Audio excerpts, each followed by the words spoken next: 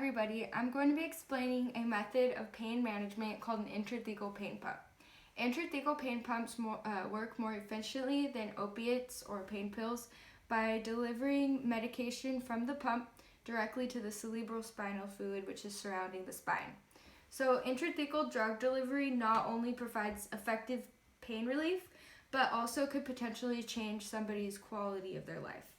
Many patients are in so much pain that they tend to abuse the medication that they are on, and in many cases, they can never fully get themselves off. So intrathecal drug delivery is significant because it can help a patient take few or even no oral pain pills at all. So currently, I work for a pain management doctor, and he specializes in neuromodulation therapy. So one of them being intrathecal drug delivery. And he has implanted over 600 pain pumps into patients. And so they come into our office and we help them by filling their pain pumps with medication. So I'll be discussing how an intrathecal drug delivery works in the body, the different types of patients that can benefit from intrathecal drug therapy, and what takes place after a pump is implanted.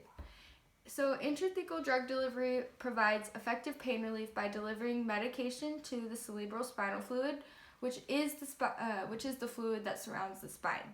Many of you are probably wondering why the medication is directly delivered into the spinal cord region, and the answer is the spinal cord is responsible for sending signals to the brain. So a pump can use small doses of medication and deliver it to the spinal fluid so that it can block out any pain receptors that may be going to the brain. For some patients, this is a more effective way of delivering medication as opposed to taking oral medications. Oral medications must travel a much longer pathway through the small intestines and the liver before it is transported into the blood and it goes into the brain. So in fact, you generally need about 1 out of 300 of the amount of intrathecal medication with a pump than you would orally. So more medication is needed when you're taking pills. Less medication is needed when you're doing it intrathecally because it's going straight to the spinal fluid. It doesn't have to travel anywhere else. So a wide variety of patients who are on these high doses of oral opiates are tapered down, and within time they only have to rely on the pump for pain.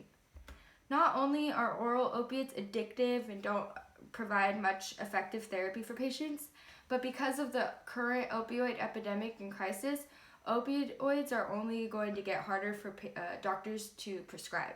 There's so many guidelines they have to follow.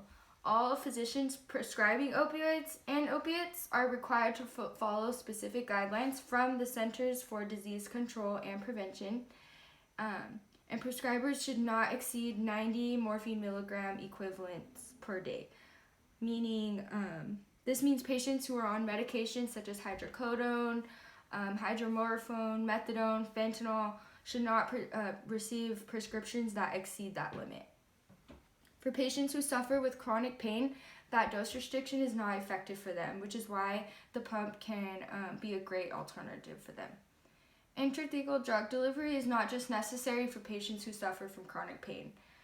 Intrathecal drug delivery can be highly effective for patients who suffer from chronic disorders. So the pump can help patients who suffer from diseases such as cerebral palsy disease, multiple sclerosis, cancer patients, and paraplegic patients. So patients with these disorders may rely on high doses of a drug called baclofen, and this can only be effectively done through the pain pump because it's such a high dose that they are needing. Baclofen is a muscle relaxer which helps patients have more elasticity in their muscles. So like patients who are stuck like this because of their disorder, the drug, it helps them so they can move more. Sorry, 1 second. So there are many different types of medications that can be used for intrathecal drug delivery, which makes the pump more efficient for the patient. So if one medication works and another medication doesn't, they're able to switch. They don't have to just stick to one medication. And so the different opioids that can be used are morphine, Dilaudid, fentanyl, and sufentanil. These medications are used for patients who suffer from severe chronic pain. Baclofen is a muscle relaxer, as I said, and is used for muscle spasticity and to prevent muscle spasms. Clonidine is another drug that is used to prevent neuropathic pain, and then bupivacaine is an anesthetic that can help block nerve impulses. So Prialt is another drug, but it's like a last, it's kind of like a last choice. Like we don't like to give patients Prialt because it's such a strong medication. It can cause them to have like little friends, as the doctor would say. Like they just like start talking to themselves. So we don't like to prescribe that one too much, but it does work for some patients. So that's like a last option. If all medicines don't work, then we'll try Prialt. So there are some qualifications that must be made before a patient is a candidate for a pain pump. If a patient is a candidate and they proceed to an intrathecal trial to make sure that the pump does work effectively for them, they succeed, then they result in getting a pump. So when a patient gets a pump, it is very important that they are aware of the commitment of having a pain pump. It is advised for patients to get their pumps filled once a month with new medication. Because the medication is so concentrated, it can lose its strength and its potency in just 1 month. At the office that I work at, we schedule our patients to come in every 6 weeks. So patients have to come in even sooner because after so long, the medication wears off and it's just not effective for them. So those patients just come in sooner. So my job at my work is to order the medications individually for each patient. And I also help the doctors assist in filling up the pumps. Each patient is ordered a specific medication just for them. So every patient is different, meaning every medication is different. Some patients have 4 drugs, some patients have 1 drug, some patients on a super high dose, some patients are on a super low dose. So everybody's completely different. And we refill them once a month. So they come in once a month for their pump fill. Over the last 3 years, I have learned so much about intrathecal drug therapy. I have enjoyed learning about all the different drugs and therapies that there are. It is very rewarding to see patients come in at their absolute worst, and then like after a few months of coming in and getting their pump filled and getting to that right dose, seeing their life just like completely change, it's like so rewarding. Like they go from not walking to going back and having like a full-time job. It's so crazy. So in conclusion, I think that intrathecal drug delivery is a great option for all types of different patients. Intrathecal drug delivery not only provides relief for chronic pain patients, but it provides for patients who suffer lifelong chronic disorders. It is a great way for patients to become one step closer to a better overall life.